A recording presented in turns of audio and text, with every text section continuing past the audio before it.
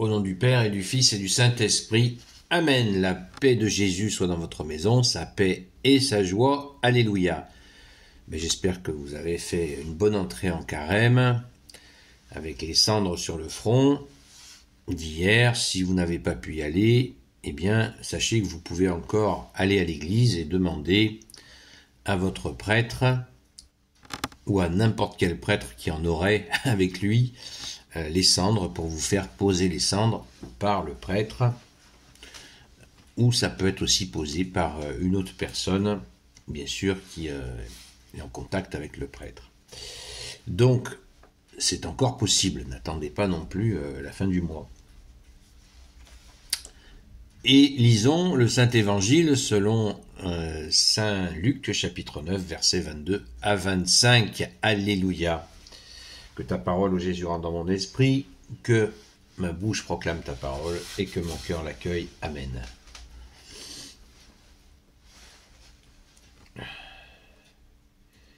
Car, leur disait-il, le Fils de l'homme doit souffrir beaucoup et être rejeté par les anciens, les chefs des prêtres et les maîtres de la loi. Il sera mis à mort et le troisième jour, il ressuscitera. D'ailleurs, Jésus disait à tous, « Si quelqu'un veut marcher derrière moi, qu'il renonce à lui-même, qu'il prenne chaque jour sa croix et qu'il me suive. Oui, celui qui veut se sauver lui-même se perdra, mais celui qui se sacrifie pour moi se sauvera. Où est le bénéfice si l'on a gagné le monde entier et qu'on s'est détruit ou diminué soi-même ?»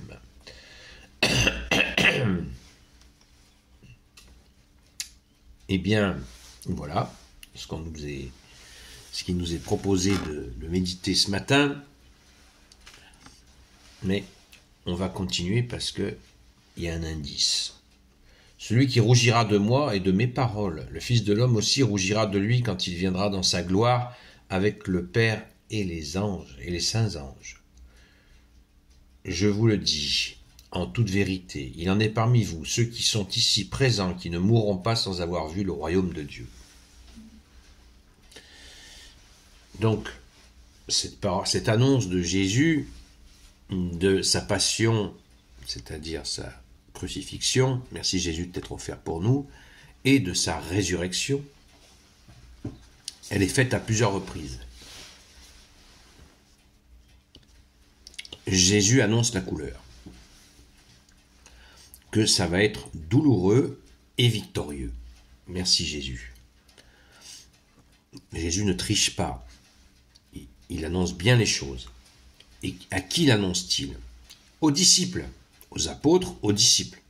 Il annonce la couleur. Et il leur dit de tenir bon, de tenir bon. Tout ce dialogue,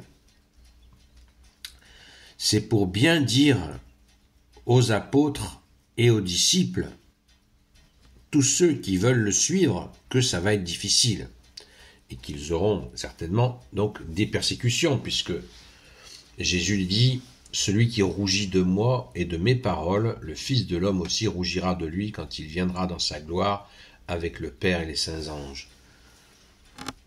Donc, annonce de fidélité, on reste fidèle à Jésus, leur demande-t-il. C'est ce qu'il leur demande. Il faut bien le capter. Et la victoire est au bout. Je vous le dis en toute vérité, il en est parmi vous, il en est parmi ceux qui sont ici présents, qui ne mourront pas sans avoir vu le royaume de Dieu. C'est le cas de Saint Étienne, premier martyr, qui, au moment où il est lapidé, voit le ciel s'ouvrir et il voit Jésus assis à la droite du Père dans les cieux. Il a cette vision et il en témoigne avant de mourir sous les pierres des assassins. Waouh! Voyons qu'on mesure la portée de ce que dit Jésus, puisque c'est exactement le déroulé de ce qui va se passer. Il leur annonce déjà qu'ils ont rencontré le meilleur en la personne de Jésus, le Fils unique de Dieu. Ils ont trouvé le meilleur. Et qu'il ne servira à rien de gagner le monde, ou ceci ou cela, puisqu'ils ont trouvé le meilleur en Jésus le Christ Jésus. Jésus annonce la couleur. J'insiste sur cette appellation. Nous, c'est une utilisation qu'on utilise chez nous, qui est très courante. Annonce la couleur. Voilà. Comme ça nous dit bien, les apôtres, les disciples sont absolument prévenus. C'est très important, très très important. Parce que, pourquoi c'est très important? Parce que Jésus est au démarrage, il sait qu'il a 3 ans de vie publique, donc il a besoin de gens sur qui compter. Un général, s'il ne peut pas compter sur son armée, ça ne sert à rien qu'il aille au combat. Hein. C'est même pas la peine. Hein. Donc Jésus sait que ça va être difficile, mais bien sûr, il sait qu'il est vainqueur. Amen. Jésus donne sa vie, il ressuscite, et il annonce à tous ceux qui veulent le suivre, qui sont là, qui sont sous ses yeux. C'est pas une partie de plaisir, les amis. C'est vraiment le cap qu'il va falloir tenir. Fidélité, constance, c'est aussi ce que Jésus nous demande, hein, la fidélité et la constance.